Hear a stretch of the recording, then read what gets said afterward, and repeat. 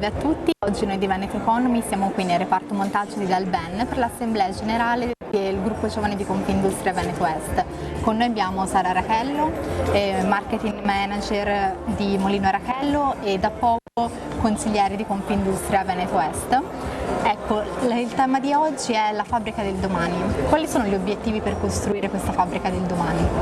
Gli obiettivi sono sicuramente molteplici, io credo che uno dei principali possa essere quello di valutare la molteplicità di figure di persone che sempre più popolano le nostre aziende e ne sono il cuore pulsante. Quindi ad esempio si trovano veramente per la prima volta tantissime generazioni, addirittura 5, a convivere nelle stesse aziende, quindi hanno obiettivi e visioni che spesso sono diversi, non vuol dire che siano opposti ma spesso sono complementari, quindi fondamentale è poter capire queste differenze e valorizzarle nella maniera corretta, dividendole sia per livelli all'interno dell'azienda ma anche per generazioni, quindi andando a incontrare quali sono le necessità, gli obiettivi di tutti quanti.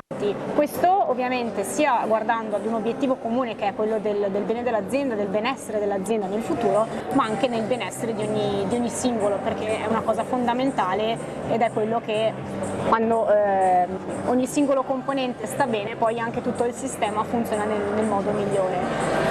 Questo sicuramente è fondamentale e per farlo un esempio può essere quello di fissare degli obiettivi che siano sfidanti ma siano raggiungibili, quindi proprio per creare uno stimolo, ovviamente anche in questo caso diverso e ponderato per il ruolo o per la persona che abbiamo di fronte, in maniera proprio da creare sempre un movimento che non sia piatto ma che sia in continua evoluzione, quindi questo crea sia valore, positività, che crea valore per la singola persona appunto, ma anche poi per tutto il sistema. Bene Sara, ti ringrazio. Grazie. E alla prossima.